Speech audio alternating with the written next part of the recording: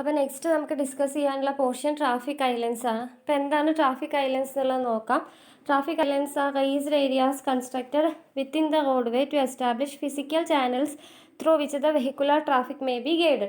അപ്പോൾ എന്താണ് നമ്മുടെ റോഡ് സർഫസിൽ എസ്റ്റാബ്ലിഷ് ചെയ്തിട്ടുള്ള റൈസ്ഡ് ആയിട്ടുള്ള ഒരു ഏരിയ, അതായത് വെഹിക്കിൾസിനെ ഇപ്പോൾ ബിസി ആയിട്ടുള്ള ട്രാഫിക്കിൽ വരുന്ന വെഹിക്കിൾസിനെ ഫിസിക്കൽ ചാനൽസിലൂടെ ഡൈവേർട്ട് ചെയ്ത് വിടാൻ വേണ്ടി, ഗൈഡ് ചെയ്ത് വിടാൻ, ട്രാഫിക് കൊലീഷൻസും ട്രാഫിക് ബ്ലോക്സും എല്ലാം ഒഴിവാക്കുന്നതിന് വേണ്ടി പ്രോപ്പർ ചാനൽസ്, അതായത് പ്രോപ്പറായിട്ടുള്ള അവരെ ഒരു കറക്റ്റ് ഒരു പാത്ത് വേയിൽ, ആ പാത്ത് വേയിലൂടെ മാത്രം മൂവ് ചെയ്യുന്നതിന് വേണ്ടി ഗൈഡ് ചെയ്ത് വിടാൻ നമ്മൾ കൺസ്ട്രക്ട് ചെയ്തിട്ടുള്ള റൈസ്ഡ് ഏരിയാസിനെയാണ് നമ്മൾ ട്രാഫിക് ഐലൻഡ്സ് എന്ന് പറയുന്നത്. അപ്പോൾ ഈ ട്രാഫിക് ഐലൻഡ്സിനെ പലതായി ഡിവൈഡ് ചെയ്തിട്ടുണ്ട്. Divisional islands, channelising islands, pedestrian loading islands, rotary islands. അങ്ങനെ 4 രീതിയിലാണ് നമ്മൾ ട്രാഫിക് ഐലൻഡ്സിനെ ഡിവൈഡ് ചെയ്തിട്ടുള്ളത്. അപ്പോൾ ഓരോന്നായിട്ട് നമുക്ക് എന്താ നോക്കാം. ഫസ്റ്റ് വരുന്ന ട്രാഫിക് ഐലൻഡാണ് ഡിവിഷണൽ ഐലൻഡ്. ഇപ്പോൾ ഡിവിഷണൽ ഐലൻഡ് എന്ന് വെച്ച് കഴിഞ്ഞാൽ 4 അതിൽ കൂടുതൽ നമ്പർ ഓഫ് ലൈൻസ് വരികയാണെങ്കിൽ, 4 വരിപ്പാത അല്ലെങ്കിൽ 8 വരി, അങ്ങനെ 4 വരിയിൽ കൂടുതലായിട്ട് നമ്പർ ഓഫ് ലൈൻസ് വരുന്ന സമയത്ത് ട്രാഫിക്കിൻ്റെ മൂവ്മെൻറ്റിന്, ട്രാഫിക് ഫ്ലോ കുറയ്ക്കുന്നതിന് വേണ്ടിയിട്ട്, അല്ലെങ്കിൽ കറക്റ്റ് ഒരു പാത്ത് വേയിലൂടെ ആ ട്രാഫിക്കിൻ്റെ മൂവ്മെൻറ്റിനെ റെഗുലേറ്റ് ചെയ്യുന്നതിന് വേണ്ടി നമ്മൾ കൊടുത്തിട്ടുള്ളതാണ് ഡിവിഷണൽ ഐലൻഡ്സ്. ഈ ഡിവിഷണൽ ഐലൻഡ്സ് പ്രൊവൈഡ് ചെയ്യുന്നത് വഴി രാത്രി കാലങ്ങളിൽ ഈ വാഹനങ്ങളുടെ ഹെഡ്ലൈറ്റ് കൊണ്ടുണ്ടാകുന്ന ഗ്ലെയറിൻ്റെ ബുദ്ധിമുട്ടും, അതേപോലെ ഹെഡ് ഓൺ കൊളീഷൻസ്, ഇപ്പോൾ ഈ ലൈറ്റ് കണ്ണിലേക്ക് അടിച്ച് കഴിയുമ്പോൾ ഡ്രൈവേഴ്സിന് വിസിബിലിറ്റി കുറയും അല്ലേ. ഓപ്പോസിറ്റായിട്ട് വരുന്ന വാഹനങ്ങളുടെ ലൈറ്റ് സെയിം ഡയറക്ഷനിലാണ് പോകുന്നതെങ്കിൽ എന്താണ്, ആ ലൈറ്റിൻ്റെ ബുദ്ധിമുട്ട് അത്ര തന്നെ വരില്ല. ബാക്കിലെ ലൈറ്റ് അത്ര തന്നെ കണ്ണിലേക്ക് കുത്തിക്കയറുന്ന രീതിയിലാവില്ല. അപ്പോൾ ഒരേ ഡയറക്ഷനിലേക്ക് പോകുന്ന കേസ് ആകുമ്പോൾ നമുക്ക് എന്തുണ്ടാവില്ല, അങ്ങനെ ഹെഡ് ഓൺ കൊളീഷൻ ഉണ്ടാവില്ല. എന്താ, ഹെഡ് ലൈറ്റിൻ്റെ ഓപ്പോസിറ്റ് സൈഡിൽ നിന്ന് വരുന്ന വാഹനമാണെങ്കിൽ നേരെ അത് എന്ത് ചെയ്യും, ഡ്രൈവറിൻ്റെ കണ്ണിലേക്ക് അതിൻ്റെ ലൈറ്റ് കയറിയിട്ട് വിസിബിലിറ്റി കുറഞ്ഞ ആക്സിഡൻസിനുള്ള പോസിബിലിറ്റി ഉണ്ട്. അപ്പോൾ ട്രാഫിക് ഐലൻഡ്സ് പ്രൊവൈഡ് ചെയ്തത് വഴി നമുക്ക് എന്ത് ചെയ്യാം, ഒരു പാത്ത് വേയിൽ, ഒരേ ഡയറക്ഷനിൽ പോകുന്ന ട്രാഫിക്കിനെല്ലാം ഒരു പാത്ത് വേയിലേക്ക് നമുക്ക് ഡയറക്റ്റ് ചെയ്യാൻ പറ്റും. ഓക്കെ, അതുവഴി ട്രാഫിക്കിനെ നമുക്ക് കൺട്രോൾ ചെയ്യാനും സാധിക്കും. രാത്രികാലങ്ങളിൽ ഉണ്ടാകുന്ന ട്രാഫിക് ബ്ലോക്സ് എല്ലാം, ഓപ്പോസിറ്റ് ഡയറക്ഷനിൽ വരുന്ന വാഹനങ്ങൾ അല്ലെങ്കിൽ ക്രോസ് ചെയ്ത് വരുന്ന വാഹനങ്ങൾ കൊണ്ടുണ്ടാകുന്ന ബ്ലോക്സും കാര്യങ്ങളും ഒഴിവാക്കാം. അതുവഴി ട്രാഫിക് ഡിലേസ് ഒരു പരിധി വരെ ഒഴിവാക്കാൻ പറ്റും. പിന്നെ ഇതേപോലെയുള്ള കൊളീഷൻസ് നമുക്ക് ഒഴിവാക്കാൻ പറ്റും. അപ്പോൾ ഇതിലേക്ക് ഈ ഡിവിഷണൽ ഐലൻഡ്സിലേക്ക് ട്രാഫിക്കിൻ്റെ എൻട്രി പ്രിവെൻറ്റ് ചെയ്യാൻ, അല്ലെങ്കിൽ വാഹനങ്ങൾ ഇതിൻ്റെ ഉള്ളിലേക്ക് കയറി വരാതിരിക്കാൻ വേണ്ടി നമ്മൾ കുറച്ച് റൈസ് ചെയ്തിട്ട്, ഈ പ്ലാറ്റ്ഫോം കണ്ടോ, കുറച്ച് റൈസ്ഡ് കർബായിട്ടാണ് ഇവിടെ പ്രൊവൈഡ് ചെയ്തിട്ടുള്ളത്. ഓക്കെ, റൈസ്ഡ് കർബായിട്ടാണ് പ്രൊവൈഡ് ചെയ്തിട്ടുള്ളത്. എന്താണെന്ന് വെച്ച് കഴിഞ്ഞാൽ വാഹനങ്ങൾ ഇതിൻ്റെ മേലെ കൂടെ കയറി അപ്പുറത്തെ സൈഡിലേക്ക് പോകാനും, അല്ലെങ്കിൽ ഈ ഡിവിഷണൽ ഐലൻഡ്സിലേക്ക് വാഹനങ്ങൾ എൻക്രോച്ച് ചെയ്യാതിരിക്കുന്നതിന് വേണ്ടിയിട്ടാണ് നമ്മൾ അങ്ങനെ റൈസ്ഡ് കർബായിട്ട് ഡിവിഷണൽ ഐലൻഡ്സ് പ്രൊവൈഡ് ചെയ്തിട്ടുള്ളത്. നെക്സ്റ്റ് പറയുന്നത് ചാനലൈസിങ് ഐലൻഡ്സ് ആണ്. ഇപ്പോൾ ചാനലൈസിങ് ഐലൻഡ്സ് എന്ന് പറഞ്ഞാൽ പേര് പോലെ തന്നെ വാഹനങ്ങൾ ചാനലൈസ് ചെയ്യുന്നതിന് വേണ്ടിയിട്ട്, അതായത് to guide the traffic through proper channel through the intersection area. ഇപ്പോൾ ഒരു റോഡ്സ്, 2-ലധികം റോഡ്സ് വന്നിട്ട്, അല്ലെങ്കിൽ 2 അതിൽ കൂടുതലോ റോഡ്സ് വന്ന ഒരു പോയിന്റിൽ ഇൻ്റർസെക്റ്റ് ചെയ്യുമ്പോൾ അതൊരു ഇൻ്റർസെക്ഷൻ ഏരിയ ആയി മാറും. അപ്പോൾ ആ ഇൻ്റർസെക്ഷൻ ഏരിയ എന്ന് പറഞ്ഞാൽ ഒരുപാട് കോൺഫ്ലിക്ട്സ് നടന്ന ഏരിയയാണ്. നമ്മൾ ഇന്നാൾ കണ്ടു അല്ലേ, 32 കോൺഫ്ലിക്ട്സ് ഒക്കെ ഓരോ ഇൻ്റർസെക്ഷനിൽ വരുന്നത് കണ്ടു അല്ലേ. പെഡസ്ട്രിയൻസിന് തമ്മിൽ കൊളീഷൻസിന് ചാൻസ് ഉണ്ട്, വാഹനങ്ങൾ തമ്മിലുള്ള കൊളീഷൻ ചാൻസ് ഉണ്ട്. അപ്പോൾ അതെല്ലാം ഒഴിവാക്കുന്നതിന് വേണ്ടിയിട്ട് നമ്മൾ എന്ത് ചെയ്യാണ്, വാഹനങ്ങളെ പ്രോപ്പർ പാത്ത് വേയിൽ ഡയറക്റ്റ് ചെയ്യുന്നതിന് വേണ്ടി അവിടെ ഓരോ ചാനൽസ് പ്രൊവൈഡ് ചെയ്തിട്ടുണ്ടാവും. ഈ ചാനൽസ് വാഹനങ്ങൾക്ക് മാത്രമല്ല, കാൽനട യാത്രക്കാർക്ക് ഇപ്പോൾ ഒരു റോഡിൻ്റെ ഈ സൈഡിൽ നിന്ന് അപ്പുറത്തെ സൈഡിലേക്ക് ക്രോസ് ചെയ്യണം. പക്ഷേ 2 ലൈൻ റോഡാണ്, 2 വരിയാണ്. അപ്പോൾ നമുക്ക് എന്ത് ചെയ്യേണ്ടി വരും, ഇടയിൽ അപ്പുറത്തെ സൈഡിലെ റോഡിൽ ബ്ലോക്ക് ആണെങ്കിൽ അതിൻ്റെ ഇടയിൽ ഒരു ഗ്യാപ്പ് കൊടുത്ത് അവിടെ നിൽക്കേണ്ടി വരും. പിന്നെ അവിടുത്തെ വാഹനങ്ങൾ ഒഴിയുമ്പോഴേ അപ്പുറത്തെ സൈഡിലേക്ക് ക്രോസ് ചെയ്യാൻ പറ്റുള്ളൂ. അപ്പോൾ അങ്ങനെ അവർക്ക് റെസ്റ്റ് ചെയ്യണമെങ്കിൽ ഒരു റെഫ്യൂജ് ഐലൻഡായിട്ട് കൂടെ, പെഡസ്ട്രിയൻസിനുള്ള റെഫ്യൂജ് ഐലൻഡായിട്ട് കൂടെ എന്ത് ചെയ്യും, ഈ ചാനലൈസിങ് ഐലൻഡ്സ് വർക്കൗട്ട് ചെയ്യും. അപ്പോൾ ഇവിടെ ഫോർ എക്സാമ്പിൾ നമ്മൾ നോക്കുകയാണെങ്കിൽ ഇപ്പോൾ ഇവിടുന്ന് വാഹനങ്ങൾ ഇങ്ങനെ വരുന്നുണ്ട്, ഇവിടുന്ന് വാഹനങ്ങൾ വരുന്നുണ്ട്. അപ്പോൾ ഇവിടെ പ്രോപ്പറായിട്ടൊരു ചാനലൈസിങ് ഐലൻഡ്സ് ഇവിടെ കൊടുത്തതുകൊണ്ട് ആ കൊളീഷൻ ഉണ്ടാവാത്തത്. കാരണം എന്താ, ഇവിടുന്ന് വരുന്ന വാഹനം ഇതിലൂടെ ഇപ്പുറത്തേക്കും ഇതുവഴി ഇപ്പുറത്തേക്കും പോയിക്കോളും. ഇത് ഇല്ലാന്നുണ്ടെങ്കിൽ രണ്ടും കൂടെ വന്ന് കൊളൈഡ് ചെയ്യാനുള്ള ചാൻസ് കൂടുതലാണ്. അപ്പോൾ ഇവിടെ ഈ ഒരു പെഡസ്ട്രിയൻ ഇത് കൊടുത്ത് ഇവിടെ ഇങ്ങനെ ഒരു ട്രാഫിക് ഐലൻഡ് കൊടുത്തത് കൊണ്ട് നമുക്ക് പെഡസ്ട്രിയൻ ട്രാഫിക്കിനും അത് സൗകര്യമാണ് അല്ലേ. ഇത് ക്രോസ് ചെയ്യുകയാണ്, ഇപ്പോൾ ഒരാൾ ഇവിടുന്ന് ക്രോസ് ചെയ്ത് ഇവിടെ നിന്നിട്ട് ഈ പോർഷനിൽ വരുന്ന ട്രാഫിക് ഒഴിഞ്ഞതിന് ശേഷം അപ്പുറത്തെ സൈഡിലേക്ക് ക്രോസ് ചെയ്ത് പോകാനായിട്ട് സാധിക്കും. അപ്പോൾ ഇതൊരു റെഫ്യൂജ് ഐലൻഡ് ആയിട്ട് കൂടെ എന്ത് ചെയ്യാറുണ്ട്, ട്രാഫിക് ഐലൻഡ്, ഈ ചാനലൈസിങ് ഐലൻഡ്സ് ആക്ട് ചെയ്യാറുണ്ട്. ഇതിൻ്റെ പ്രൈമറി ഫംഗ്ഷൻ എന്ന് പറയുന്നത് എന്താണ്, വാഹനങ്ങളെ പ്രോപ്പർ ചാനലിലേക്ക് ഡൈവേർട്ട് ചെയ്യുക എന്നുള്ളത് തന്നെയാണ്. അതിൻ്റെ കൂടെ തന്നെ ഇപ്പോൾ ഈ ഫസ്റ്റ് ഫിഗറിൽ കണ്ടോ, ഈ ഒരു സ്ത്രീ ഇവിടെ കുറച്ച് നേരം എന്താണ് വെയിറ്റ് ചെയ്തു, ഈ റെഫ്യൂജ് ഐലൻഡിൽ വെയിറ്റ് ചെയ്തിട്ടാണ് അവരെന്ത് ചെയ്യുന്നത്, ഇപ്പോഴത്തെ റോഡിലേക്ക് ക്രോസ് ചെയ്ത് പോകുന്നത്. ഈ ഒരു സൈഡിൽ നിന്ന് വന്ന് ഇവിടെ വെയിറ്റ് ചെയ്ത് ട്രാഫിക് കുറഞ്ഞു കഴിയുമ്പോഴാണ് ഇപ്പോഴത്തേക്ക് മൂവ് ചെയ്ത് പോകുന്നത്. അപ്പോൾ അതിനൂടെ നമ്മൾക്ക് എന്ത് ചെയ്യുന്നുണ്ട്, ചാനലൈസിങ് ഐലൻഡ്സ് സഹായിക്കുന്നുണ്ട്. നെക്സ്റ്റ് പറയുന്നത് പെഡസ്ട്രിയൻ റെഫ്യൂജ് ഐലൻഡാണ്. പെഡസ്ട്രിയൻ റെഫ്യൂജ് ഐലൻഡ് എന്ന് പറഞ്ഞാൽ പേര് പോലെ തന്നെ എന്താണ്, റെഫ്യൂജീസിന് വേണ്ടിയിട്ട്, കാൽനട യാത്രക്കാർക്ക് ക്രോസ് ചെയ്യാനൊക്കെ വേണ്ടിയിട്ട് എളുപ്പത്തിനാണ്, ഫിഗറിൽ കണ്ടല്ലോ നമ്മൾ പ്രൊവൈഡ് ചെയ്യുന്നത്. അപ്പോൾ നമ്മൾ കോട്ടപ്പടിയൊക്കെ കാണാം, മലപ്പുറം കോട്ടപ്പടിയിലെല്ലാം എന്താണ്, അവിടെ സ്കൂളുണ്ട് അല്ലേ, സ്കൂൾ സോണാണ്, അവിടെ തന്നെ ഒരു റോട്ടറി ജംഗ്ഷൻ വരുന്നുണ്ട്, ഹൈവേ ആണ്. ഇപ്പോൾ കൂടുതൽ വെഹിക്കുലർ ട്രാഫിക് വരുന്നത് തിരൂർ റോഡും ഒക്കെ വന്ന് മീറ്റ് ചെയ്യുന്ന പോയിൻ്റാണ്. സോ അവിടെ നമ്മൾ എന്ത് ചെയ്യാണ്, ഇടയ്ക്ക് ട്രാഫിക് ഐലൻഡ്സ് നമ്മൾ പ്രൊവൈഡ് ചെയ്ത് കഴിഞ്ഞാൽ ഇതേപോലെ കുട്ടികൾക്കൊക്കെ ഒരു റോഡിൽ നിന്ന് ഇപ്പോൾ മലപ്പുറം ഹോസ്പിറ്റലിൻ്റെ അവിടെ നിൽക്കുന്ന ഒരാൾക്ക് അപ്പുറത്തെ സൈഡിലേക്ക് ക്രോസ് ചെയ്യണമെങ്കിൽ ഇതേപോലെ എന്താണ്, റെഫ്യൂജ് ഐലൻഡ്സ് യൂസ് ചെയ്തിട്ട് അപ്പുറത്തേക്ക് ക്രോസ് ചെയ്യാനായിട്ട് സാധിക്കും. നെക്സ്റ്റ് റോട്ടറി ഐലൻഡ്സ് ആണ്. അപ്പോൾ ചാനലൈസ്ഡ് ഇൻ്റർസെക്ഷനേക്കാൾ വലുതായിട്ട് സെൻട്രൽ ഏരിയയിൽ നമ്മൾ ചാനലൈസ്ഡ് ഇൻ്റർസെക്ഷൻ പറഞ്ഞല്ലോ, അവിടെ നമ്മൾ ചാനൽസ് പ്രൊവൈഡ് ചെയ്യുന്നു പറഞ്ഞു. അപ്പോൾ അതിനേക്കാൾ വലുതായിട്ട് നമ്മൾ അവിടെ ഒരു സെൻട്രൽ ഐലൻഡ് പ്രൊവൈഡ് ചെയ്യുകയാണെങ്കിൽ അതിന് നമ്മൾ റോട്ടറി ഐലൻഡ് എന്ന് പറയും. നമ്മൾ റോട്ടറി ഇൻ്റർചേഞ്ചിൽ കണ്ടു, റോട്ടറി ഇൻ്റർചേഞ്ചിൽ സെൻട്രലായിട്ടൊരു ഐലൻഡ് പ്ലേസ് ചെയ്തിട്ടുണ്ട്, അതിന് റോട്ടറി ഐലൻഡ് എന്നാണ് പറയാറുള്ളത്. ഓക്കെ, നെക്സ്റ്റ് നമുക്ക് പറയാനുള്ളത് സയൻസിനെ പറ്റിയിട്ടാണ്. ട്രാഫിക് സയൻസ് ഇമ്പോർട്ടൻ്റ് ആണ്. നാല് രീതിയിൽ ഡിവൈഡ് ചെയ്തിട്ടുണ്ട്. 4 തരം സയൻസാണ് പറയാറുള്ളത്. നമ്മൾ ലൈസൻസ് എടുക്കാൻ പോകുമ്പോഴൊക്കെ അറിയുണ്ടാവും ഇനി ഏതൊക്കെ ടൈപ്പ് സയൻസാണ് കാര്യങ്ങളൊക്കെ അപ്പോൾ ഡിസ്കസ് ചെയ്യാറുണ്ട്. അപ്പോൾ ട്രാഫിക് സയൻസ് എന്തിനാണ് നമ്മൾ പ്രൊവൈഡ് ചെയ്യുന്നത്, എന്താണ് ട്രാഫിക് സയൻസിൻ്റെ പർപ്പസ്,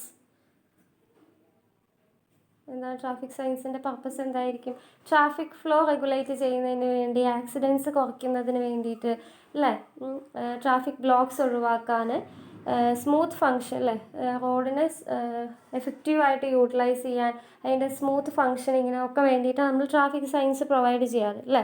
അപ്പോൾ ഫസ്റ്റ് ട്രാഫിക് സയൻസിൻ്റെ ഫസ്റ്റ് ക്ലാസിഫിക്കേഷൻ എന്ന് പറയുന്നത് റെഗുലേറ്ററി സൈൻ. അപ്പോൾ റെഗുലേറ്ററി സൈനിൻ്റെ ഫങ്ഷൻ എന്താണ്, റെഗുലേറ്ററി സൈനിൻ്റെ ഫങ്ഷൻ എന്താ വെച്ചാൽ to regulate the movement of traffic. പേര് പോലെ തന്നെ എന്താണ്, to regulate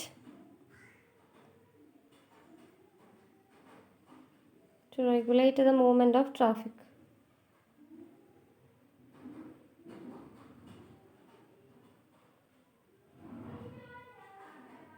regulate the movement of traffic, ട്രാഫിക്കിൻ്റെ മൂവ്മെൻറ്റ് റെഗുലേറ്റ് ചെയ്യുന്നതിന് വേണ്ടിയിട്ടാണ് നമ്മൾ എന്ത് ചെയ്യുന്നത്, റെഗുലേറ്ററി സൈൻസ് യൂസ് ചെയ്യുന്നത്. അതിൽ ഫസ്റ്റ് വൺ വരുന്നത് stop or give away sign.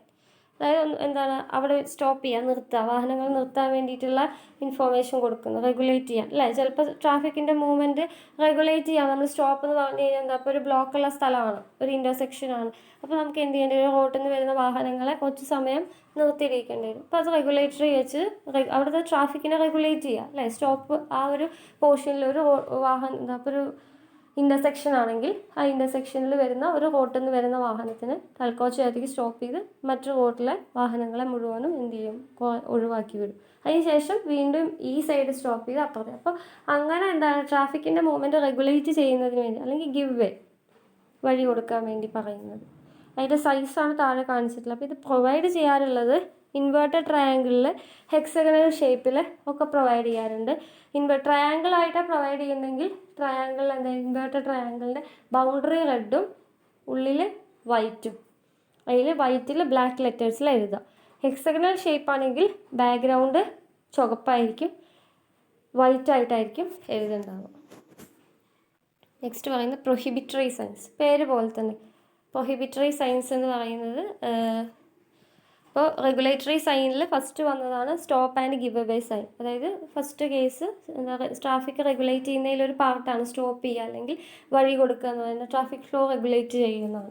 പിന്നെ പ്രൊഹിബിറ്ററി വെച്ചാൽ പറ്റില്ല, ഇപ്പോൾ യു ടേൺ പറ്റില്ല, അല്ലെങ്കിൽ കാർ പാർക്കിംഗ് പറ്റില്ല, ബൈക്ക് പറ്റില്ല, അങ്ങനെ പറയില്ല, ഓവർടേക്കിംഗ് പറ്റില്ല, മൾട്ടിപ്പിൾ വെഹിക്കിൾസ് പറ്റില്ല, അങ്ങനെയുള്ള എന്താണ് പറ്റാത്തത് പ്രൊഹിബിറ്റ് ചെയ്തിട്ട് നമ്മൾ എന്താ ചെയ്യുക, യു ടേൺ ആണെങ്കിൽ ആ യു ടേൺ കാണിച്ചിട്ട് ക്രോസ് ചെയ്യും അല്ലേ.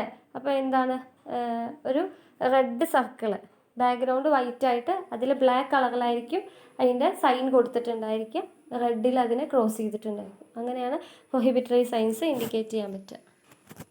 പിന്നെ no parking and non stopping signs, park ചെയ്യാൻ പറ്റില്ല എന്നുള്ളതാണ്. അത് ഇൻഡിക്കേറ്റ് ചെയ്യാറുള്ള blue background, red outline cross ചെയ്തിട്ട് കാണിക്കും റെഡ്. പിന്നെ പറയുന്ന റെസ്ട്രിക്ഷൻ എൻഡ് സൈൻ, അതായത് അത് റെസ്ട്രിക്ഷൻ എൻഡാണ്, അങ്ങോട്ടേക്ക് നമുക്ക് കടക്കാൻ പറ്റില്ല, അത് റെസ്ട്രിക്റ്റഡ് പോയിൻ്റ് ആണെന്ന് കാണിക്കും. പിന്നെ സ്പീഡ് ലിമിറ്റ് അറിയാലോ, ഇത്രയും അവിടെ സ്പീഡ് ലിമിറ്റ് ചെയ്തിട്ടുണ്ട്, എന്താണ് 50 ഇതിൽ ലിമിറ്റ് ചെയ്തിട്ടുണ്ട്. പിന്നെ വെഹിക്കിൾ കൺട്രോൾ സൈൻസ് ഇത്ര അല്ലേ, നമ്മൾ ലിമിറ്റ് ചെയ്ത കാര്യങ്ങളാണ്. എന്താ ട്രാഫിക്കിനെ ഇപ്പോൾ ഹെവി വെഹിക്കിൾസ് അധികം പെർമിറ്റ് ചെയ്യില്ല എന്ന് വെച്ചാൽ എന്താണ്, ഹെവി വെഹിക്കിൾസ് ആകുമ്പോൾ ട്രാഫിക് ബ്ലോക്ക് കൂടാൻ മറ്റു വാഹനങ്ങൾ കുറച്ച് ഡിസ്റ്റൻസ് കീപ്പ് ചെയ്ത് വേണം പോകാൻ. സോ പീക്ക് അവേഴ്സിലൊന്നും എന്ത് ചെയ്യാൻ പറ്റില്ല, സ്കൂളിൽ അല്ലെങ്കിൽ ഓഫീസ് ടൈമിലൊന്നും നമ്മൾ എന്ത് ചെയ്യാറില്ല, ഹെവി വെഹിക്കിൾസിന് പെർമിഷൻ കൊടുക്കാറില്ല. ചില ഏരിയയിൽ ഹെവി വെഹിക്കിൾസ് ആ റോഡിലൂടെ പോകാനേ പറ്റുന്നുണ്ടാവില്ല. അപ്പോൾ അങ്ങനെയുള്ളതെല്ലാം നമ്മൾ എന്ത് ചെയ്യും, അങ്ങനെ വെഹിക്കിൾ കൺട്രോൾ സൈൻ വെച്ചിട്ട് ഇൻഡിക്കേറ്റ് ചെയ്യും.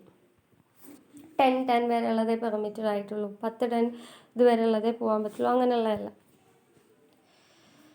പിന്നെ compulsory direction control and other signs, direction control ചെയ്യുന്നത് കമ്പൽസറി ആയിട്ട് ലെഫ്റ്റ് ടേൺ എടുക്കണം, കമ്പൽസറി ആയിട്ട് റൈറ്റ് ടേൺ എടുക്കണം. അപ്പോൾ എന്താ വെച്ചാൽ വാഹനങ്ങൾ ലെഫ്റ്റ് ടേൺ ചെയ്ത് പോകുമ്പോൾ ബാക്കി ആ പോർഷനിൽ വെഹിക്കുലർ ട്രാഫിക്കിനെ നമുക്ക് റെഗുലേറ്റ് ചെയ്യാനായിട്ട് സാധിക്കും. ഓക്കെ, നെക്സ്റ്റ് പറയുന്നത് വാർണിംഗ് സൈൻസ്. ഇപ്പോൾ റെഗുലേറ്ററി സൈൻസിൻ്റെ ടൈപ്സ് കഴിഞ്ഞു. അടുത്തതായി പറയുന്നതാണ് വാർണിംഗ് സൈൻസ്. ഇപ്പോൾ വാർണിംഗ് സൈൻ എന്ന് വെച്ചാൽ എന്താണ്, നമ്മളിപ്പോൾ കർവൊക്കെ കാണാറുണ്ട് അല്ലേ, കർവ് അഹെഡ് എന്ന് പറഞ്ഞിട്ട്. അപ്പോൾ വാർണിംഗ് സൈൻസ് ഇൻഡിക്കേറ്റ് ചെയ്യാൻ ട്രയാങ്കിളിലായിരിക്കും, അതായത് വൈറ്റ് ബാക്ക്ഗ്രൗണ്ടിൽ ബ്ലാക്ക് കളറിലായിരിക്കും മാർക്ക് ചെയ്തിട്ടുണ്ടാവും, ഔട്ട്ലൈൻ ചുവപ്പായിരിക്കും. ഓക്കെ, അപ്പോൾ വാർണിംഗ് സൈൻസ് ആയിട്ട് കൊടുക്കും. ലെഫ്റ്റ് ഹെയർ പിൻ ബെൻഡ് ഉണ്ട്, അല്ലെങ്കിൽ റൈറ്റ് ഹാൻഡ് കർവ് ഉണ്ട്, ലെഫ്റ്റ് ഹാൻഡ് കർവ് ഉണ്ട്, അല്ലെങ്കിൽ എന്താണ് ഇപ്പോൾ ആനേനെയൊക്കെ കാണിക്കാമല്ലേ, ചില വഴിക്ക് പോകുമ്പോൾ ആന എന്താ സൂക്ഷിക്കുക അങ്ങനെയൊക്കെ എഴുതി വെച്ചിട്ടുണ്ടായിരിക്കും അല്ലേ. അപ്പോൾ അതേപോലെ ഫാളിംഗ് റോക്സ്, മണ്ണിടിച്ചിലുള്ള സ്ഥലമാണ്, അല്ലെങ്കിൽ പെഡസ്ട്രിയൻ ക്രോസിങ്സ്, കാൽനട യാത്രക്കാരുടെ ക്രോസിങ് അടുത്ത് തന്നെ വരുന്നുണ്ട്, അതൊക്കെ ഇൻഡിക്കേറ്റ്. ബ്രിഡ്ജ്, നാരോ ബ്രിഡ്ജ് അടുത്തായിട്ട് വരുന്നുണ്ട്, അതെല്ലാം നമുക്ക് എന്താണ് വാർണിംഗ് തരുന്നതാണ് അല്ലേ. നമ്മൾ മുന്നോട്ട് പോകുമ്പോൾ നമ്മളെ വാൺ ചെയ്യാണ്, ഇന്ന സംഭവങ്ങളുണ്ട് എന്ന് വാൺ ചെയ്യും. ഓക്കെ, പിന്നെ ഇൻഫോർമേറ്ററി സൈൻസ്, നമുക്കൊരു ഇൻഫോർമേഷൻ തരുന്നത്. ഇപ്പോൾ എയർപോർട്ട് അഹെഡ്, ഇവിടുന്ന് എയർപോർട്ടിലേക്ക് ഇത്ര കിലോമീറ്റർ, ഇവിടുന്ന് പാലക്കാട്ടേക്ക് ഇത്ര കിലോമീറ്റർ, സ്ക്വയർ ആയിട്ട് റെക്റ്റാങ്കുലർ ഇതിലൊക്കെ ആയിരിക്കും തന്നിട്ടുണ്ടാവുക അല്ലേ. എന്താ ഇപ്പോൾ ഗ്രീൻ ബാക്ക്ഗ്രൗണ്ടിൽ വെള്ള ലെറ്റേഴ്സൊക്കെ ആയിട്ട് എഴുതി കാണാറുണ്ട്. പണ്ടായിരുന്നെങ്കിൽ വൈറ്റ് ബാക്ക്ഗ്രൗണ്ടിൽ ഔട്ട്ലൈൻ ബ്ലാക്ക് ആയിട്ട് ബോർഡർ ബ്ലാക്ക് ആയി കൊടുത്തിട്ടുണ്ടാവും, വൈറ്റ് ബാക്ക്ഗ്രൗണ്ട് ആയിരിക്കും, അതിൽ ഡാർക്ക് ലെറ്റേഴ്സ് കറുത്ത ലെറ്റേഴ്സ് കൊണ്ട് എഴുതിയിട്ടുണ്ടാവും. അപ്പോൾ അതെന്തിനാണ്, നമുക്ക് ഡയറക്ഷൻ, നമുക്ക് പോകേണ്ട പ്ലേസ്, ഇവിടുന്ന് എത്ര ദൂരമുണ്ട്, അതെല്ലാം മനസ്സിലാക്കുന്നതിന് വേണ്ടിയിട്ടാണ് നമുക്ക് ഇൻഫോർമേറ്ററി ആയിട്ട് പ്രൊവൈഡ് ചെയ്യുന്നതാണ് information science. Example direction sign തന്നെ അല്ലേ. നമ്മളുടെ ഇപ്പോൾ പെരിന്തൽമണ്ണയ്ക്ക് പോകണമെങ്കിൽ ഇപ്പോൾ ഒരു ജംഗ്ഷൻ വരുവാണ്, അപ്പോൾ ആ ജംഗ്ഷൻ വന്നു കഴിഞ്ഞാൽ അവിടെ പെരിന്തൽമണ്ണയ്ക്ക് ഏത് ടേൺ എടുക്കണം, ഓക്കെ, അല്ലെങ്കിൽ ഇവിടുന്ന് തിരൂരിലേക്ക് ഏത് റോഡിലൂടെ പോകണം, അപ്പോൾ ഡയറക്ഷൻ ആരോ മാർക്കിട്ട് കാണിച്ചിട്ടുണ്ടാവും. അല്ലെങ്കിൽ എയർപോർട്ടിലേക്ക് പോകേണ്ട റൂട്ട് അല്ലേ, നമുക്കിപ്പോൾ മലപ്പുറത്തിലൂടെ പാസ് ചെയ്യുന്ന സമയത്ത് ഇടയ്ക്കിടയ്ക്ക് കാണുന്നതാണ് എയർപോർട്ട് ഇത്ര ഡിസ്റ്റൻസ്, ഇന്ന വഴി, അങ്ങനെ കാണാറുണ്ട് അല്ലേ. അപ്പോൾ അതെല്ലാം നമുക്ക് എന്താണ് ഇൻഫോർമേഷൻ പാസ് ചെയ്യുന്ന സിമ്പിൾസാണ്. ഡയറക്ഷൻ ആൻഡ് പ്ലേസ് ഐഡൻറ്റിഫിക്കേഷൻ, നേരത്തെ നമ്മൾ ഡയറക്ഷൻ സൈൻ കണ്ടു. പിന്നെ പ്ലേസ്, നമ്മൾ എത്തിക്കഴിയുമ്പോൾ മലപ്പുറം എത്താറാവുന്ന അവിടെ തന്നെ ബോർഡ് സൈഡിൽ വെച്ച് കാണാറുണ്ട്, മലപ്പുറം 500 മീറ്റർ അങ്ങനെയൊക്കെ പറഞ്ഞ് കാണിക്കാറുണ്ട് അല്ലേ.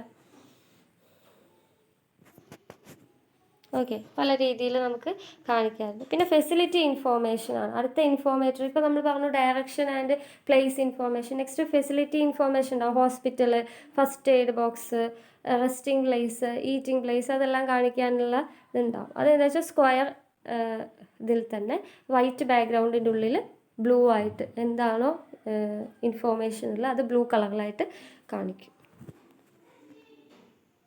ഓക്കെ, പിന്നെ പാർക്കിംഗ് സൈൻസ്, അത് നമുക്കൊരു ഇൻഫോർമേഷനാണ് അല്ലേ. പാർക്ക് ചെയ്യേണ്ട പൊസിഷൻ, പാർക്കിങ് ഇന്ന സ്ഥലത്ത് പാർക്ക് ചെയ്യാം, 2 വീലേഴ്സ് ഇവിടെ, 3 വീലേഴ്സിൻ്റെ പാർക്കിംഗ് വരുന്നുണ്ട്, 3 വീലേഴ്സ് പാർക്കിംഗ് അടുത്തായിട്ട് വരുന്നുണ്ട്, അല്ലെങ്കിൽ 2 സൈഡിലും പാർക്ക് ചെയ്യാനുള്ള പെർമിഷനുള്ള ഏരിയ ആണ്, ഈ സൈഡിൽ മാത്രമേ പാർക്ക് ചെയ്യാൻ പറ്റുള്ളൂ, അതൊക്കെ ഇൻഡിക്കേറ്റ് ചെയ്യുന്ന പാർക്കിംഗ് സൈൻസ്. ഓക്കെ, പിന്നെ അടുത്ത് പറയുന്നത് ഫ്ലഡ് ഗേജ് സൈനാണ്. അതായത് ഇത്ര വരെ റൈസ് ചെയ്ത് വെള്ളപ്പൊക്കം വന്നു കഴിഞ്ഞാൽ ഇത്ര വരെ വാട്ടർ ലെവൽ റൈസ് ചെയ്ത് അവിടെ വെള്ളപ്പൊക്കത്തിൻ്റെ കണ്ടീഷനായി ഇത്ര വരെയാണ് മാക്സിമം റൈസ് ചെയ്ത് കണ്ടിട്ടുള്ളത്. അതെല്ലാം ഇൻഡിക്കേറ്റ് ചെയ്യുന്ന സയൻസ്. ഓക്കെ, അപ്പോൾ ഇങ്ങനെയൊക്കെയാണ് നമ്മൾ എന്ത് ചെയ്തിട്ടുള്ളത്, ട്രാഫിക് സയൻസ് പറഞ്ഞിട്ടുള്ളത്. അപ്പോൾ നമ്മൾ റെഗുലേറ്ററി പഠിച്ചു, വാർണിംഗ് പഠിച്ചു, ഇൻഫോർമേറ്ററി പഠിച്ചു, പ്രൊഹിബിറ്ററി പഠിച്ചു, 4 രീതിയിലുള്ള സയൻസ് പഠിച്ചു. അത് ഇമ്പോർട്ടൻ്റ് ആണ്. എല്ലാ സയൻസും വരയ്ക്കണം എന്നില്ല. നിങ്ങൾക്ക് മനസ്സിലാവുന്നതിന് വേണ്ടി 3 or 4 സൈൻ എന്ത് ചെയ്യുക, വരച്ചിടുക നോട്ടിൽ കേട്ടോ. Next road markings. അപ്പോൾ എന്താ റോഡ് മാർക്കിങ്സ് പറഞ്ഞു കഴിഞ്ഞാൽ, റോഡ് മാർക്കിംഗ് നമ്മൾ കണ്ടിട്ടുണ്ടാവും. റോഡിലെ ലൈൻസ്, സെൻറ്റർ ലൈൻ മാർക്ക് ചെയ്തിട്ടുണ്ടാവും, സീബ്ര ക്രോസിങ്സ് മാർക്ക് ചെയ്തിട്ടുണ്ടാവും, റിഫ്ലക്റ്റേഴ്സ്, ചില സിംബൽസ് അങ്ങനെയൊക്കെ മാർക്ക് ചെയ്ത് കാണാറുണ്ട്. പിന്നെ പേയ്മെൻറ്റും കെർബിനെയും വേർതിരിച്ച് കാണുന്നതിന് ചിലത് മഞ്ഞി ചുവപ്പൊക്കെ ആയിട്ടുള്ള, ഇപ്പോൾ ഹമ്പും അതേപോലെ തന്നെ റിഫ്ലക്റ്റേഴ്സും രണ്ടും കൂടി വരുന്ന സ്പീഡ് ബ്രേക്കേഴ്സ് ആയിട്ട് റോഡിൽ കൊടുത്ത് കാണാം ഇല്ലേ. അതേപോലെ ഈ മരങ്ങളുടെ മേലെയൊക്കെ വെച്ച് കാണാം. ഇപ്പോൾ മരങ്ങളുടെ മേലേക്ക് എന്തിനാണ് വയ്ക്കുന്നത്, രാത്രി പാലത്തിൻ്റെ സൈഡിൽ, പാലത്തിൻ്റെ കൈവരികളിലൊക്കെ വെച്ച് കാണാം. അപ്പോൾ രാത്രി ഇപ്പോൾ വഴി നമ്മൾ സ്ഥിരമായി പോകുന്നവർക്ക് പിന്നെയും വഴി അറിയും ഇല്ലേ. അല്ലാത്തവരെ സംബന്ധിച്ച് അവർക്ക് എന്തുണ്ടാവില്ല, അറിയില്ല. ചിലപ്പോൾ രാത്രി കണ്ടൊന്നും വരില്ല ലൈറ്റിൻ്റെ ഇതിലല്ല. അപ്പോൾ ഈ റിഫ്ലക്റ്റേഴ്സിൽ ഇത് തട്ടുന്ന സമയത്ത് അവിടെ എന്തോ ഉണ്ട്, സംതിങ് ഈസ് ദർ എന്നവർക്ക് കോഷ്യസ്ലി മൂവ് ചെയ്യാനായിട്ട് സാധിക്കും. ഇപ്പോൾ ഹോട്ടലൊക്കെ അത് വെക്കുന്നവർ ഹമ്പിൻ്റെ അടുത്തായിട്ട് കർവ് ടേൺ ചെയ്യുന്നതിൻ്റെ മുന്നേയൊക്കെയാണ് കൂടുതൽ വെക്കാറുള്ളത്. അപ്പോൾ അത് മനസ്സിലാക്കുന്നതിന് വേണ്ടിയിട്ടാണ് ഡ്രൈവറിൻ്റെ ശ്രദ്ധ അതിലേക്ക് ഒന്നുകൂടി ശ്രദ്ധിക്കാനും അതൊന്നുകൂടി തിരിച്ചറിയാനും കോഷ്യസ് ആവുന്നതിന് വേണ്ടിയിട്ട് നമ്മൾ പ്രൊവൈഡ് ചെയ്യുന്നതാണ് റോഡ് മാർക്കിങ്സ്. സെൻറ്റർ ലൈൻ കാണിക്കാൻ വേണ്ടിയിട്ട് ലൈൻസ് കൊടുക്കാം അല്ലേ. ചിലപ്പോൾ ഗോ സ്ലോ എന്നൊക്കെ റോട്ടിൽ എഴുതി വെച്ചിട്ടുണ്ടാവും. ഹമ്പ്, നിയർ ബൈ ഹമ്പ് ഉണ്ട്.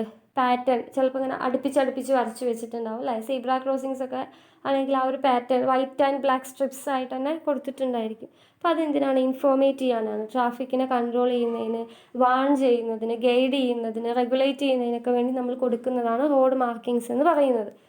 ഓക്കെ, അപ്പോൾ നമ്മൾ specified type of paints use ചെയ്തിട്ടാണ് ഈ മാർക്കിങ്സ് കൊടുക്കാറുള്ളത്. വൈറ്റ് ആൻഡ് യെല്ലോ ആണ് കൂടുതലായിട്ട് കൊടുക്കാറുള്ള പെയിൻറ്റ്സ്. തെർമോ പ്ലാസ്റ്റിക് പെയിൻ്റ് ആയിരിക്കും, കുറച്ച് വെതറിങ് റെസിസ്റ്റൻസ് ഒക്കെ കൂടുതൽ കിട്ടുന്നതിന് വേണ്ടിയിട്ട്. അപ്പോൾ ഏതൊക്കെ രീതിയിലാണ് നമ്മൾ റോഡ് മാർക്കിങ്സ് കൊടുക്കാറുള്ളതെന്നാണ്. ഫസ്റ്റ് പറയുന്നത് ക്യാരേജ് വേ മാർക്കിംഗ് ആണ്. ക്യാരേജ് വേ വെച്ചാൽ നമ്മുടെ റോഡിൻ്റെ, അതായത് വാഹനങ്ങൾ എത്ര സ്പേസ് ഒക്യുപ്പൈ ചെയ്യാം അതിൻ്റെ ബൗണ്ടറി കാണിക്കുന്നതിന് വേണ്ടി കൊടുക്കുന്നതാണ് ക്യാരേജ് വേ മാർക്കിങ്സ്. അതിൽ വരുന്ന ലോഞ്ചിറ്റ്യൂഡിനൽ മാർക്കിങ്സ് ആണ്. പിന്നെ നോ പാർക്കിംഗ് സോൺസ്. ഇപ്പോൾ ലോഞ്ചിറ്റ്യൂഡിനൽ മാർക്കിങ്സ് പറഞ്ഞാൽ സെൻട്രൽ ലൈൻ, ക്യാരേജ് വേൻ്റെ സെൻട്രൽ ലൈൻ, ട്രാഫിക് ലൈൻസ് അല്ലേ. ഇപ്പോൾ നമ്മൾ വൈറ്റ് മാർക്കിങ്സ് സ്ട്രിപ്പിട്ട് ഇടയിൽ ബ്ലാക്ക് പോർഷൻ വിട്ട് നമ്മൾ കൊടുത്തു കണ്ടിട്ടുണ്ട്, നമ്മുടെ റോഡ്സിലെല്ലാം കൊടുത്തിട്ടുണ്ട്. പിന്നെ റോഡിൻ്റെ ബോർഡറും എഡ്ജ് ലൈൻസും ഒക്കെ മാർക്ക് ചെയ്തിട്ടായിരിക്കും, വെള്ളതുകൊണ്ട് മാർക്ക് ചെയ്തിട്ടുണ്ടായിരിക്കും. ബസ് ലൈന്, ഓവർടേക്ക് ചെയ്യാൻ പറ്റാത്ത സോണുകൾ, വാർണിംഗ് ലൈന്, ഇതെല്ലാം എന്ത് ചെയ്തിട്ടുണ്ടായിരിക്കും ഇങ്ങനെ വൈറ്റ്. പിന്നെ ഒരുമിച്ച് കർവും ഇതും കൂടി പോകുന്നൊരു ഏരിയ ആണെങ്കിൽ നീളത്തിൽ മഞ്ഞ ലൈൻ, ആ കർവ് തീരുന്ന വരെ കൊടുത്തിട്ടുണ്ടാവും, കുറച്ചുകൂടെ കോഷ്യസ് ആവുന്നതിന് വേണ്ടിയിട്ട്. ഓക്കെ, പിന്നെ നോ പാർക്കിംഗ് സോൺസ് കാണിക്കുന്നതിന് വേണ്ടിയിട്ട് ഇതാണ്ടോ 2 ലൈൻ റോഡിൻ്റെ സെൻറ്റർ ലൈൻ മാർക്ക് ചെയ്തിട്ട് ഇങ്ങനെ മാർക്ക് ചെയ്ത് പോകുന്നുണ്ട്. അപ്പോൾ 2 വൈറ്റ് സ്ട്രിപ്പിൻ്റെ ഇടയിൽ 4.5 മീറ്റർ ഗ്യാപ്പ് ഉണ്ടാവും. ഒരു വൈറ്റ് സ്ട്രിപ്പ് 3 മീറ്റർ ലെങ്ത്തിലാണ് കൊടുക്കുക. ഓക്കെ, അതിൻ്റെ ഇടയ്ക്ക് ആ വൈറ്റ് സ്ട്രിപ്പിൻ്റെ വിഡ്ത്ത് എന്ന് പറഞ്ഞു കഴിഞ്ഞാൽ 150 mm. അപ്പോൾ gap is reduced from 4.5 to 3 metre. കർവാണെങ്കിൽ ഈ ഗ്യാപ്പ് 4.5ൻ്റെ ഇടയ്ക്കുള്ള ഗ്യാപ്പ് 3 മീറ്ററായി കുറയ്ക്കും. കർബിലും അപ്രോച്ചിലും ഇൻ്റർസെക്ഷൻസിലേക്കൊക്കെ അപ്രോച്ച് വരുന്ന സ്ഥലങ്ങളിൽ. അപ്പോൾ ഓരോ ടൈപ്പ് ഓഫ് റോഡ് അനുസരിച്ചിട്ട് നമ്മൾ പറഞ്ഞിട്ടുണ്ടായിരുന്നു റോഡ് മാർക്കിങ്സിൻ്റെ വിഡ്ത്ത് എത്ര, ലെങ്ത്ത് എത്ര, അതിൻ്റെ ഇടയ്ക്ക് എത്ര ഗ്യാപ്പ് കൊടുക്കണം. ഇപ്പോൾ റൂറൽ ഹൈവേ ഒക്കെ ആണെങ്കിൽ എന്താണ് വിഡ്ത്ത് 100 മീറ്ററും ലെങ്ത്ത് 3 മീറ്റർ, 2 ലൈൻസിൻ്റെ ഇടയ്ക്കുള്ള ഗ്യാപ്പ് 6 മീറ്റർ. അതർ റോഡ്സ് ആണെങ്കിൽ വിഡ്ത്ത് 100ഉം ലെങ്ത്ത് 3ഉം ഗ്യാപ്പ് 4.5 മീറ്ററായിട്ട് ചുരുക്കിയിട്ടുണ്ട്. കണ്ടോ, ഫിഗറിൽ കാണിച്ചിട്ടുണ്ട്. ഇപ്പോൾ 4 or 6 ലൈൻ അൺഡിവൈഡഡ് റോഡ്സ് ആണെങ്കിൽ 2 സോളിഡ് പാരലൽ ആയിട്ടുള്ള ലൈൻസ് നമ്മൾ പ്രൊവൈഡ് ചെയ്യണം. 0.1 മീറ്റർ വിഡ്ത്തും 0.1 മീറ്റർ ഗ്യാപ്പുമായിട്ട്. ഓക്കെ, പിന്നെ റൂറൽ ഹൈവേ ആണെങ്കിൽ ലെങ്ത്ത് 3 മീറ്ററാണ്. അത് അർബൻ ഹൈവേ ആണെങ്കിൽ ലെങ്ത്ത് 1.5 മീറ്ററാണ്. അതിൻ്റെ ഇടയ്ക്കുള്ള ഗ്യാപ്പ് റൂറൽ ഹൈവേക്ക് 6 മീറ്ററും അർബൻ ഹൈവേക്ക് 3 മീറ്ററുമായിട്ട് മാറിയിട്ടുണ്ടാവും. കണ്ടോ? അപ്പോൾ സെൻട്രൽ ലൈൻ ഇപ്പോൾ ഒന്നിലധികം ലൈൻസ് വരികയാണെങ്കിൽ ആ 2 ലൈൻസിനെ തമ്മിൽ ഡിവൈഡ് ചെയ്തിട്ട് സെൻട്രലായിട്ട് 150യുടെ ഒരു ഇത് 150 വിഡ്ത്തിൽ ലൈൻ പ്രൊവൈഡ് ചെയ്തിട്ടുണ്ട്. എഡ്ജ് ലൈനായിട്ട് 2 സൈഡിലും കൊടുത്തിട്ടുണ്ട്. പിന്നെ ഓരോ ട്രാഫിക് റെഗുലേറ്റ് ചെയ്യുന്നതിന് വേണ്ടിയിട്ട് മിഡിലായിട്ട് 3 മീറ്റർ ഗ്യാപ്പിൽ 1.5 മീറ്ററിൽ വൈറ്റ് സ്ട്രിപ്സ് ലൈൻസിൻ്റെ വീണ്ടും കൊടുക്കും. കണ്ടോ? സോളിഡ് യെല്ലോ ലൈൻ എന്ന് വെച്ചാൽ ഓവർടേക്ക് ചെയ്യാൻ പറ്റില്ല, അല്ലെങ്കിൽ കർവൊക്കെ ഇൻഡിക്കേറ്റ് ചെയ്യും. അവിടെ ഓവർടേക്കിംഗ് ഇല്ല, നോ പാസിങ് സോൺ, അതൊക്കെ മാർക്ക് ചെയ്യാൻ യെല്ലോ ലൈൻ കൊടുക്കുന്നു. പിന്നെ വാണിംഗ് ലൈൻ ആയിട്ട് കൊടുക്കും. വാണിംഗ് ലൈൻ കൊടുക്കുക എന്താ, 2 ലൈൻ കർവിൻ്റെ ഒക്കെ ഇടയിൽ they are marked on horizontal and vertical lines. അതായത് ഹൊറിസോണ്ടൽ 2 പാരലൽ ലൈൻ കൊടുത്ത് അതിൻ്റെ ഇടയിൽ വെർട്ടിക്കലായിട്ടുള്ള ലൈൻസ് കൊടുത്താൽ മാർക്ക് ചെയ്യാം. ഓക്കെ. അപ്പോൾ ഒബ്സ്ട്രക്ഷൻ അപ്രോച്ചസ് ഒക്കെ അടുത്തായിട്ടൊരു ഒബ്സ്ട്രക്ഷൻ വരുന്നുണ്ട്, ഒബ്സ്ട്രക്ഷനിലേക്ക് അപ്രോച്ച് ചെയ്യുകയാണ് എന്ന് കാണിക്കാൻ ഡ്രൈവറിനെ വാൺ ചെയ്യാനാണ് അങ്ങനെ റോഡ് മാർക്കിംഗ് കൊടുക്കുന്നത്. പിന്നെ സ്റ്റോപ്പ് ലൈൻസ് ഉണ്ട്, പെഡസ്ട്രിയൻ ക്രോസിങ്, റോഡ് ഇൻ്റർസെക്ഷൻസ്, അതൊക്കെ വരുന്ന സമയത്ത് സ്റ്റോപ്പ് ലൈനായിട്ട് കാണിക്കാൻ. കണ്ടോ? അടുപ്പിച്ച് വൈറ്റ് സ്ട്രിപ്സിൽ മാർക്ക് ചെയ്തിട്ടുണ്ടായിരിക്കും. പിന്നെ പെഡസ്ട്രിയൻ ക്രോസിങ്സ് അറിയാലോ, നമ്മുടെ സീബ്ര ക്രോസിങ് 2 മീറ്റർ അല്ലെങ്കിൽ 4 മീറ്റർ വിടത്തിലായിരിക്കും കൊടുത്തിട്ടുണ്ടാവും. പിന്നെ ഡയറക്ഷൻ ആരോസ്, ട്രാഫിക്കിനെ ഗൈഡ് ചെയ്യുന്നതിന് വേണ്ടി, കറക്റ്റ് ലൈനിൽ ഗൈഡ് ചെയ്യുന്നതിന് വേണ്ടി ഡയറക്ഷൻ ആരോസ് ഉണ്ട്. പിന്നെ ഗിവ് എവേ, വഴി കൊടുക്കാൻ വേണ്ടിയിട്ട് ആരോസ്, ബ്രാഞ്ച് ഔട്ട് ചെയ്തിട്ടുള്ള ആരോസ് കാണിക്കും. ലെവൽ ക്രോസിങ്, റെയിൽവേ ക്രോസിംഗ് ഒക്കെ വരുന്നുണ്ടെങ്കിൽ നമ്മൾ എന്താ, റെയിൽവേ ക്രോസിംഗ് എത്തുന്നതിന് മുന്നേ ആയിട്ട് ഇങ്ങനെ ക്രോസ് ഇട്ടിട്ട് റെയിൽവേ ക്രോസിംഗ് ഹെഡായിട്ടുണ്ടെന്ന് റോട്ടിൽ മാർക്ക് ചെയ്യും. അല്ലാതെ ഇവിടെ സിമ്പിൾസും കൊടുത്തിട്ടുണ്ട്. കണ്ടോ? ട്രാഫിക് സൈൻ ആയിട്ട് തന്നെ കൊടുത്തിട്ടുണ്ട്. ക്രോസ് ചെയ്തിട്ട് ആർന്ന് ഓപ്പോസിറ്റായി എഴുതിയിട്ടുണ്ടാവും. ട്രാഫിക് ഐലൻഡിനെ ഇൻഡിക്കേറ്റ് ചെയ്യുന്നതാണ്. അടുത്തായിട്ടൊരു ട്രാഫിക് ഐലൻഡ് വരുന്നുണ്ടെന്ന് ഇൻഡിക്കേറ്റ് ചെയ്യുന്നതാണ് ഇങ്ങനെ ഒരു പോർഷനായിട്ട്. ട്രാഫിക് ഐലൻഡ്, ഇവിടെ ട്രാഫിക് ഐലൻഡ് അപ്രോച്ച് ചെയ്യുവാണ് എന്ന് കാണിക്കുന്നതിന് വേണ്ടിയിട്ടാണ് ഇവിടെ ഇങ്ങനൊരു വി ഷേപ്പ് ആരോ കൊടുത്തിട്ടുള്ളത്. ഇവിടെ ആയിട്ട് ട്രാഫിക് ഐലൻഡ് വരികയും ചെയ്തു. അപ്പോൾ അതിനെ മുൻകൂട്ടി അറിയിക്കുന്നതിന് വേണ്ടിയിട്ടാണ് അത് ഒരു വാർണിംഗ് അല്ലെങ്കിൽ കോഷൻ കൊടുക്കുക. കണ്ടോ? ട്രാഫിക് ഐലൻഡ് ഇവിടെ വന്നിട്ടുള്ള ഇവിടെ ട്രാഫിക് ഐലൻഡ് ഉണ്ട്. അപ്പോൾ അതിനെ എക്സ്റ്റെൻഡ് ചെയ്ത് അതിനെ ചുറ്റിപ്പറ്റിക്കൊണ്ട് നമ്മളിങ്ങനെ ഒരു ട്രയാങ്കുലർ ഷേപ്പിൽ കൊടുത്ത് അതിനെ വെർട്ടിക്കൽ ആരോസ് കൊണ്ട് ചെയ്തു.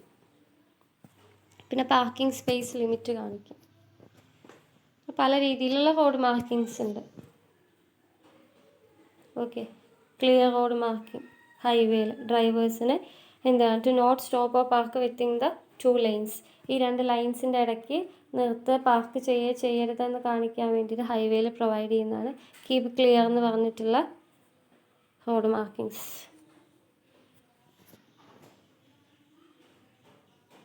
പിന്നെ ഇങ്ങനെ ആൾട്ടർനേറ്റ് ആയിട്ട് നമ്മളുടെ നേരത്തെ പറഞ്ഞല്ലോ ഐലൻഡ്സിൽ, ചാനലൈസിങ് ഐലൻഡ്സിൽ കൊടുക്കുക. എന്താ വെച്ചാൽ ദൂരേന്ന് വരുന്ന വാഹനങ്ങൾ ഇടിക്കാതിരിക്കാൻ, ദൂരേന്ന് വിസിബിലിറ്റി കിട്ടാനാണ് ഇങ്ങനെ ആൾട്ടർനേറ്റ് ബ്ലാക്ക് ആൻഡ് വൈറ്റിൽ കൊടുത്തിട്ടുള്ളത്. നെക്സ്റ്റ് നമുക്ക് പറയാനുള്ള സൈഡ് ഡിസ്റ്റൻസ്. ഓൾറെഡി നമ്മൾ ഡിസ്കസ് ചെയ്തതാണ് എന്താണ് സൈഡ് ഡിസ്റ്റൻസ് എന്നുള്ളത്, അല്ലേ?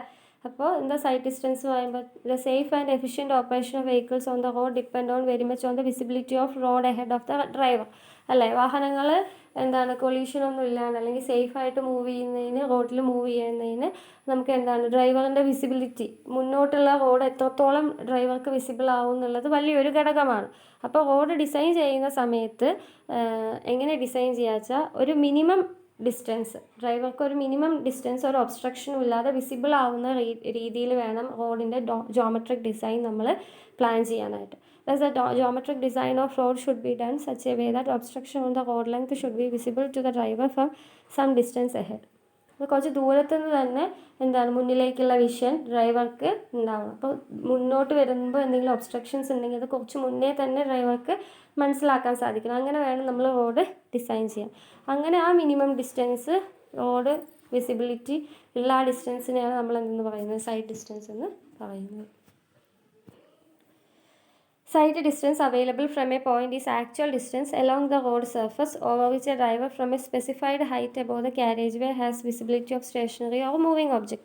അപ്പോൾ നമ്മുടെ ക്യാരേജ് വേയിൽ ഒരു മിനിമം സ്പെസിഫൈഡ് ഹൈറ്റിലിരിക്കുന്ന, അല്ലെ, ഡ്രൈവർ വാഹനത്തിൻ്റെ ഉള്ളിലായിരിക്കുന്ന ആ ഹൈറ്റിൽ ഇരുന്നു കൊണ്ട് മുന്നോട്ടുള്ള ഒബ്സ്ട്രക്ഷൻസിന് ആ ഡ്രൈവർക്ക് വിസിബിൾ ആവുന്ന ആ ഒരു മിനിമം ഡിസ്റ്റൻസിന് മിനിമം അവൈലബിൾ ആയ ആക്ച്വൽ ഡിസ്റ്റൻസിനെയാണ് നമ്മൾ എന്തെന്ന് പറയുന്നത്, സൈഡ് ഡിസ്റ്റൻസ് എന്ന് പറയുന്നത്. അപ്പോൾ സൈഡ് ഡിസ്റ്റൻസ് പല രീതിയിലാണ്. സ്റ്റോപ്പിംഗ് സൈഡ് ഡിസ്റ്റൻസ് അല്ലെങ്കിൽ absolute minimum sight distance, overtake ചെയ്യാൻ sight distance, intermediate sight distance, headlight sight distance. Okay, അപ്പോൾ സ്റ്റോപ്പിംഗ് സൈഡ് ഡിസ്റ്റൻസ് എന്ന് വെച്ചാൽ എന്താ, നമുക്ക് എതിരെ വരുന്ന വാഹനത്തിനെ കണ്ട് മനസ്സിലാക്കി മിനിമം എന്താണ് ബ്രേക്ക് അപ്ലൈ ചെയ്ത് കൊളീഷൻ ഒഴിവാക്കാൻ എത്ര ഡിസ്റ്റൻസ് മുന്നേ അത് നമുക്ക് മനസ്സിലാക്കി ബ്രേക്ക് അപ്ലൈ ചെയ്യാൻ ഉള്ള ടൈം കിട്ടുന്നു, അത്രയും ഡിസ്റ്റൻസിനെയാണ് നമ്മൾ സ്റ്റോപ്പിംഗ് സൈഡ് ഡിസ്റ്റൻസ് എന്ന് പറയുന്നത്. Stopping sight distance is a minimum sight distance available on A highway at any spot having sufficient length to enable.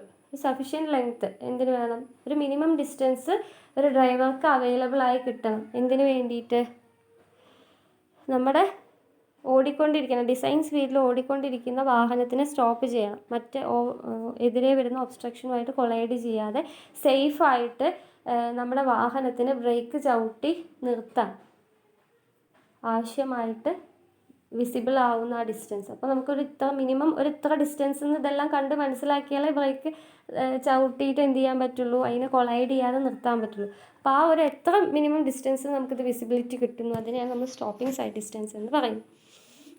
അപ്പോൾ നമുക്ക് മിനിമം ആയിട്ട് പറയുന്നത് നമ്മുടെ ഡ്രൈവറിൻ്റെ ഐ ലെവൽ 1.5 മീറ്ററും ഏതൊരു ഒബ്ജക്റ്റിൻ്റെ ഹൈറ്റും മിനിമം 0.15 മീറ്ററുമായിട്ട് IRC എന്ത് ചെയ്തിട്ടുണ്ട്, തിട്ടപ്പെടുത്തിയിട്ടുണ്ട് അല്ലെങ്കിൽ നിജപ്പെടുത്തിയിട്ടുണ്ട്. അപ്പോൾ ഡ്രൈവറിൻ്റെ ഐ ലെവൽ എന്ന് പറയുന്നത് 1.2 മീറ്ററും ഹൈറ്റ് ഓഫ് ഒബ്ജക്റ്റ് 0.15 മീറ്ററും ആയിരിക്കാം.